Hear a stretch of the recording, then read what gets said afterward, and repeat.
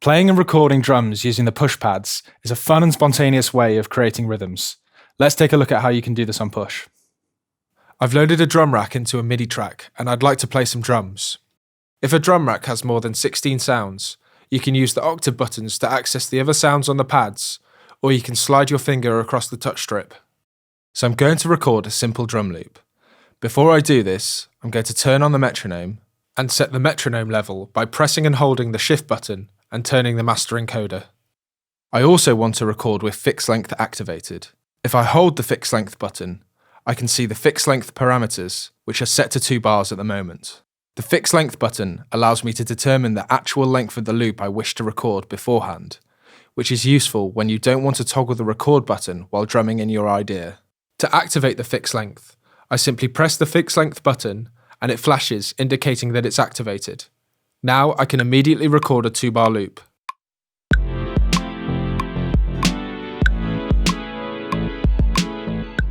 If you'd like to overdub a part and record more sounds to your loop idea, press record and play the pads. And then press record again to stop recording your overdub. If you're not satisfied with the timing of the recording and you would like to correct this, you can use the quantize function. When you press and hold the quantize button, you have access to the quantize parameters. You can set the swing, quantize resolution, and quantize amount.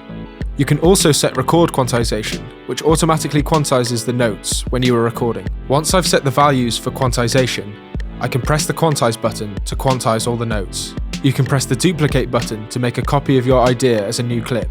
This allows you to create different drum patterns and variations. Another way of recording notes is using the repeat function. By toggling the repeat button on, the button flashes indicating that the repeat function is on. The swing encoder allows me to add more swing while using the repeat function. The grid buttons on the side allow me to play the repeat function at different time divisions. I'll now record some hi-hats using the repeat function.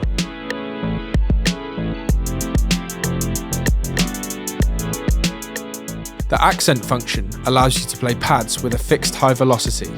To activate this function, simply press the accent button, and the button flashes when the function is activated. I will now record a cowbell part using the accent function.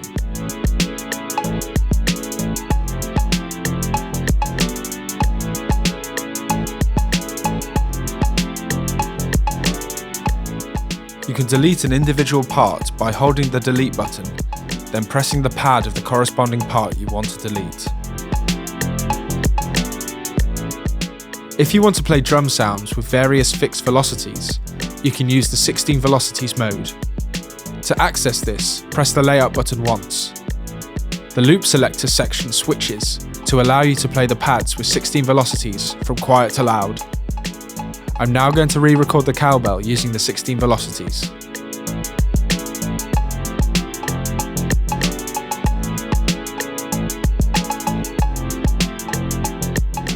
To change the colour of a pad, simply hold the shift button, press the pad you would like to change the colour of, then press the colour you would like to change the pad to. This makes it easier to find certain sounds. To have an overview of the notes you've recorded, press the clip button to see them on the display. To select a part without it making a sound when you select it, you can hold the select button and press the part you want. You can also nudge and change the velocity of one or more notes, simply by selecting the notes and holding the pad or pads down to access the velocity, or to nudge the notes and move them slightly from their position.